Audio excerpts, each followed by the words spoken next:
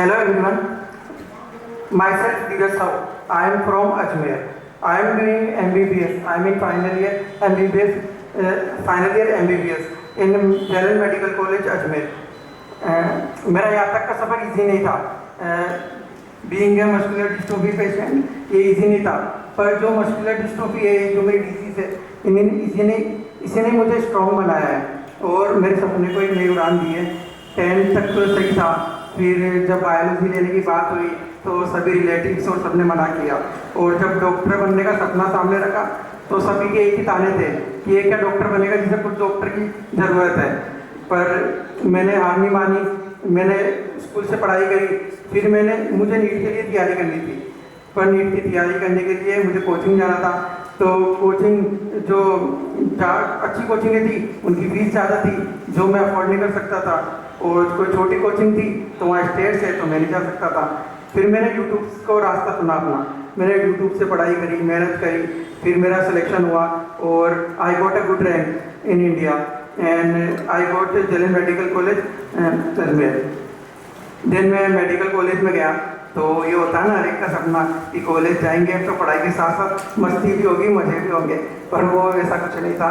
क्योंकि कॉलेज में जब गया मैं तो आप जानते हो कि जैसे हॉस्पिटल्स होते हैं तो एक डिपार्टमेंट से दूसरे डिपार्टमेंट में जाना होता है या क्लास के लिए जाना पड़ता है, तो मैं धीरे धीरे चल के जाता था और मैं लेट हो जाता था, तो उसके कारण कहीं तो डांट भी पड़ती थी, वो लेट भी हो जाता था.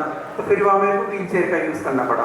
अब व्हील चेयर का यूज़ करना पड़ा तो लिटिल बिट ऐसा मानो कि मैं डिप्रेशन में चल गया था कि मैं अपने फ्रेंड्स के साथ ना तो घूम पा रहा था, दूसरे फ्रेंड्स घूम रहे हैं, और है कि आप मेडिकल कॉलेज में या किसी भी कॉलेज में जाओ तो फर्स्ट रो में बैठना पड़े आपको, फर्स्ट रो के भी आगे व्हील चेयर पे प्रोफेसर के सामने, तो वो थोड़ा डरावना होता है, तो वो मुझे डर लगता था.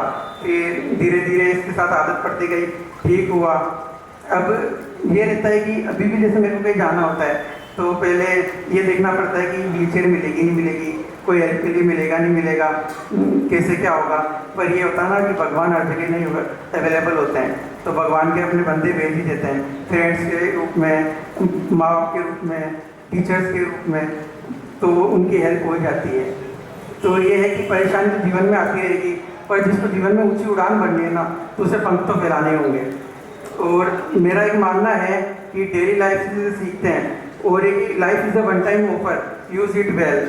जैसे कि हमारे पुराणों में कहा गया है कि 84 लाख होने के बाद मनुष्य जीवन मिलता है, पर मेरा मानना है कि मनुष्य जीवन एक ही बार मिलता है, लाइफ, ह्यूमन लाइफ. तो ये कि आप इसमें जो कर सकते हो वही करो, खुद के लिए भी, दूसरों के लिए भी, समाज के लिए भी.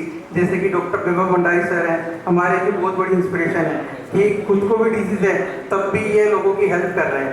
तो ये है कि आप कुछ भी कर सकते हो अगर आप में जाने का जुनून है, अगर मन में ठान लिया तो. We are different but not less.